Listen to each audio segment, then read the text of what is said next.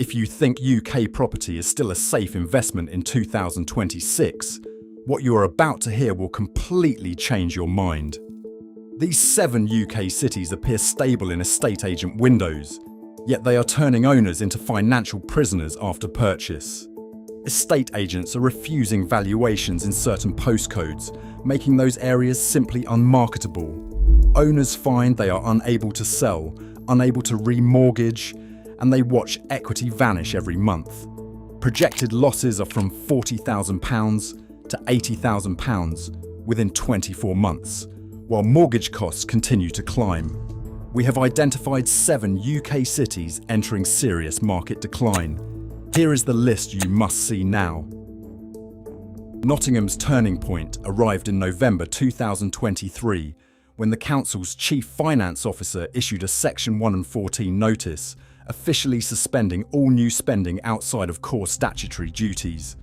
Overnight, every non-essential project, from road repairs to regeneration schemes, was frozen. The council's emergency loan of £83 million from the government came with strings attached, no new capital investment, no approval for major developments, and a halt to planned asset sales that were supposed to unlock over 1,000 new homes. Minutes from the planning committee, released under Freedom of Information, record the decision to suspend all non-critical planning applications and place a moratorium on projects above £5 million. 3 flagship regeneration schemes, Riverside, Victoria Quay and St James's Square, were withdrawn. Contractors stood down. Nearly £350 million in planned investment vanished from the city's pipeline in a single budget revision. The impact was immediate. Land registry data shows a 12% drop in residential sales across NG1 to NG7 postcodes between December 2023 and February 2024.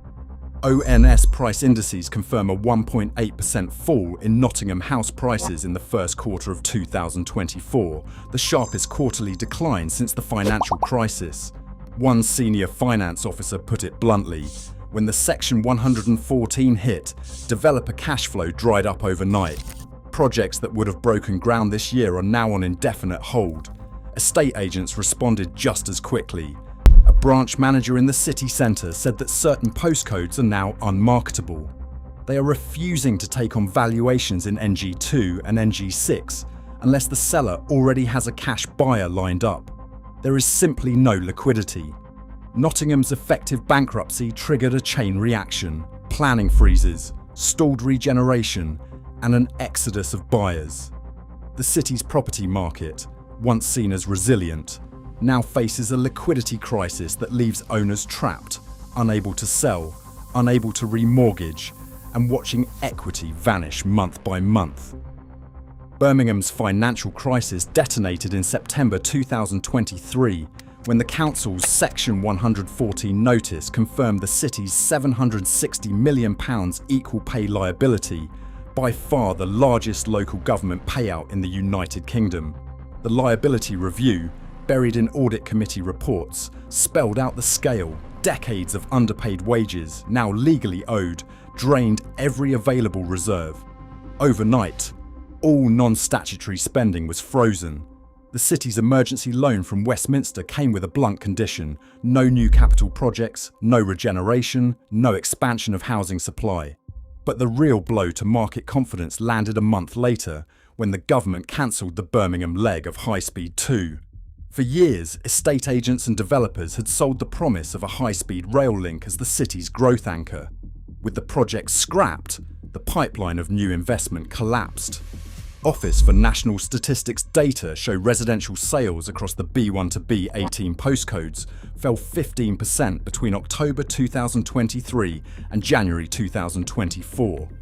The average house price in Birmingham slipped by 2.1% in the fourth quarter, wiping tens of thousands off new build values in city centre flats. Behind closed doors, estate agents circulated internal memos instructing staff to expect offers 15 to 20% below asking as the new normal. One regional branch manager put it plainly: "We are advising sellers to accept sharp discounts or risk being stuck for months. Buyers have vanished, especially for anything over £300,000. With the council's finances in freefall and the city's flagship infrastructure project axed, Birmingham's property market faces a crisis of confidence. The pattern is clear. When fiscal overload collides with lost growth, even the United Kingdom's second city is not immune to rapid repricing and owner entrapment. Blackpool's fortunes rest on a tourism sector that has faltered year after year.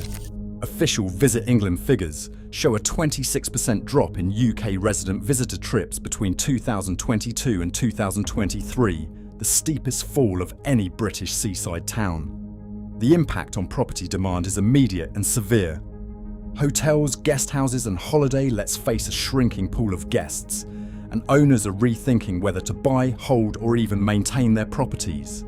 According to Sarah Mitchell, operations manager at the Grand Hotel Blackpool, we have seen bookings drop by around 30% since 2023, and with insurers charging up to 40% more for flood coverage, owners are pulling back from buying second homes here. Rising insurance premiums are now a central concern. Properties along the promenade have seen flood and coastal erosion cover costs climb by more than a third in just 2 years. For many landlords, these extra costs tip the balance from profit to loss, and the appetite for new investment dries up. Estate agents report that the market for holiday lets and second homes has gone flat, with some properties sitting unsold for months. The knock-on effect is a liquidity squeeze, fewer buyers, less lending, and a growing stock of empty homes. Blackpool's average house price, already 12% below its 2021 peak, is forecast to fall another 15 to 20% by 2028. With tourism in retreat and insurance costs spiralling, owners now face a market where selling up is no longer a reliable exit, and holding on means absorbing rising losses year after year. Luton's property market is caught in a tightening vice. The city's average house price now stands near £290,000, but local wages have lagged far behind. The price-to-income multiple has climbed to 7.2, meaning it takes over 7 years of median earnings to afford an average home. For many, the numbers simply do not add up. In the past 2 years, lenders have pulled back sharply. Maximum loan-to-value ratios for first-time buyers have dropped from 95% to 80% in so-called high-risk postcodes. As a result, buyers who could once scrape together a small deposit now find the door slammed shut. The impact is showing up in arrears. According to UK finance data, mortgage arrears in the Luton area jumped from 1.9% in late 2023 to 3.4% by mid-2025, a 78% surge in just 18 months. Local mortgage brokers say it is no coincidence. One broker put it plainly: when lenders cut loan-to-value ratios and stress-tested incomes harder, we saw arrears spike in LU2 and LU4. People are stretched to breaking point. Applications that would have sailed through 2 years ago are now routinely declined, leaving would-be buyers stranded and existing owners locked into deals they cannot afford. For many, the risk is not just missing a payment, it is being trapped in a home that cannot be sold, even as costs keep rising. Nissan's Sunderland redundancies in early 2025 sent shockwaves through the city's fragile property market. With 250 jobs cut at the plant, one of the region's last industrial anchors, the flow of first-time buyers dried up almost overnight. A former assembly worker laid off after 16 years described the aftermath. "I put my terrace up for sale in March. It's still sitting there. The agent says there's no one looking, not at any price." Estate agent data backs up the story. Listings in the SR5 and SR6 postcodes surged by 23% between February and July 2025, just as the layoffs took effect. But sales didn't follow. Median time on market for terraced homes jumped from 24 days in 2023 to nearly 60 days by mid-2025. One agent's internal memo circulated in June warned, "Expect most terraces to remain vacant for 2 months or longer. Buyers are evaporating." The pattern is clear. As industrial jobs disappear, demand for entry-level housing collapses. Owners who lose work find themselves trapped, unable to sell, forced to slash prices, or watch their properties sit empty while mortgage obligations mount. Sunderland's glut of unsold terraces is not a temporary blip.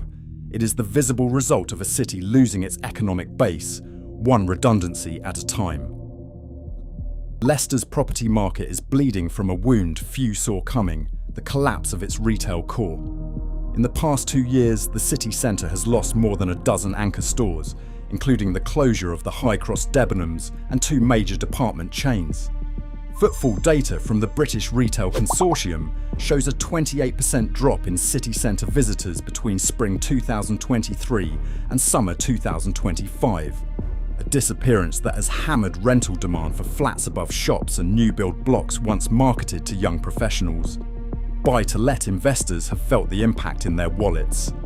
Average gross yields in Leicester have fallen from 5.7% in 2022 to just 3.9% by mid-2025, according to regional letting agent data. That kind of drop wipes out the margin for many mortgaged landlords, especially as mortgage rates have climbed above 4.5%. One landlord who owns 3 central Leicester flats put it simply, "When the shops started closing, my tenants left. I tried to cut the rent, but even then I had 2 empty for months. I am selling up before I go under." Rightmove listings tell the same story. The number of price-reduced rental properties in the LE1 and LE2 postcodes has doubled since 2024, while average time on market has stretched from 18 to 41 days. Letting agents now warn landlords to expect longer voids and lower rents, with some advising a full exit from the sector. The erosion of rental income is forcing a wave of buy-to-let disposals, and with each sale, yields shrink further, a feedback loop that signals deeper trouble ahead. Leicester's yield crunch is not just a local headache. It is a warning sign for every investor betting on affordable cities to deliver returns in a changing market. Aberdeen's housing market is shaped by the fortunes of oil. In 2014, property prices nearly doubled from a decade earlier, peaking just under £200,000. Then the oil price collapsed. Investment dried up. Oil and gas jobs in the city fell by over 40%, thousands lost work, and the pool of buyers shrank. For families whose lives revolved around the rigs, the fallout was personal and lasting. One oil worker who bought a 3-bedroom semi at the peak remembers that they thought it was a safe bet. Now, 9 years later, their home is worth less than they paid. They cannot remortgage, and selling would mean a loss they simply cannot afford. Land registry figures show the damage. Average prices in Aberdeen have hovered near levels last seen in 2007, never recovering after the crash. From 2015 to 2025, house values rose just 2%, while inflation and mortgage rates surged ahead. The ONS index marks Aberdeen as one of the few UK cities where real terms values have fallen for nearly a decade. For many, homes have become anchors, trapping owners in a slow, grinding decline that shows no sign of ending. Today, over 2 million UK homes sit in council areas now flagged as financial emergency zones. As unmarketable postcodes multiply and equity drains, the illusion of safe property vanishes. Ignore these warnings, and next time, the trap could be yours. Share your thoughts below. How exposed do you feel?